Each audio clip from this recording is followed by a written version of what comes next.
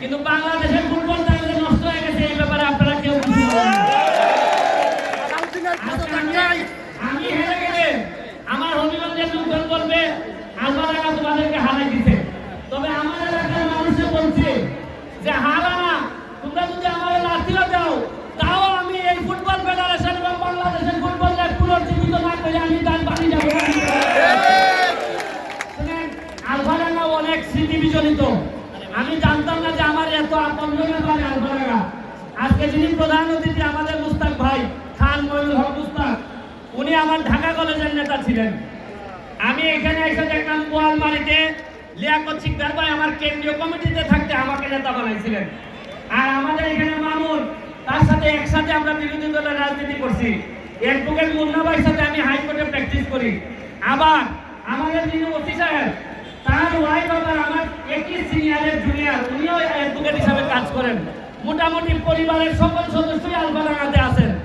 আমি আওয়ামী লীগের এখানে যারা সভাপতি সেক্রেটারি আছেন, প্রেস ক্লাব আছেন, প্রশাসনের আছেন, এসিলেন মহোদয় আছেন, এবং বিশেষ করে একজন মানুষের সুনাম না করলেই নয়, আপনাদের ফরিদপুরের ডিসি মহোদয়। আমি ফরিদপুরে খেলতে আসছিলাম।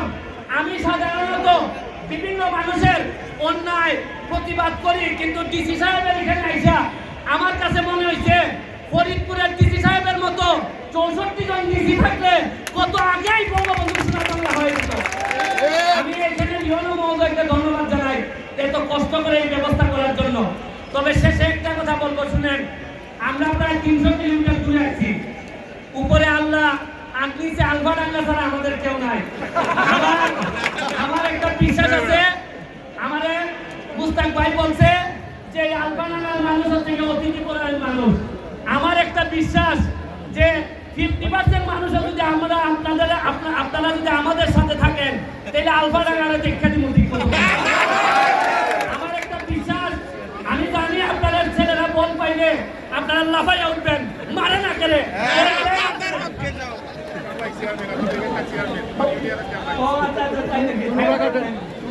আমি আপনাদের কাছে দোয়া চাই। শুনেন, একটা উপজেলার প্লেয়ার নিয়ে আমি আইছি, আপনারা হবিগঞ্জের চুনারঘাটের প্লেয়ার নিয়ে আমি আইছি। আপনাদেরকে দেখাইতে চাই যত্ন করলে কিভাবে রত্ন মিলে।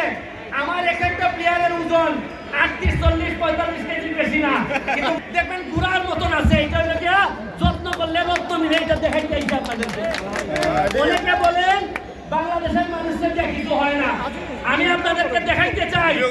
আর 5 বছর যদি বেঁচে থাকি তাহলে দেখাই দিব আমি যে বাংলাদেশের ছেলেরা যাদের বয়স আজকে 10 থেকে 18, 20, আমি বলে যাচ্ছি বঙ্গবন্ধু কন্যা জননেত্রী শেখ হাসিনা, এদেরকে কাজে লাগাইলেই বঙ্গবন্ধু সোনার বাংলা হবে, আমি বলে যাচ্ছি আপনাদেরকে।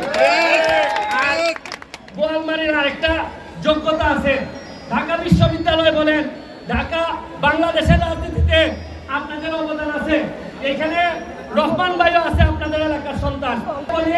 এই আলবাদাঙ্গা নিজেদের প্রতি বিশ্বাস রাখেন। আমিও সুমন সিলেটের গজপাড়াগাঁও থেকে আপনাদের লোকজনের সাথে থেকে আজকে যদি এই যোগ্যতা অর্জন করতে পারি, আপনারা মনে রাখেন, মনের উপর বিশ্বাস রাখেন।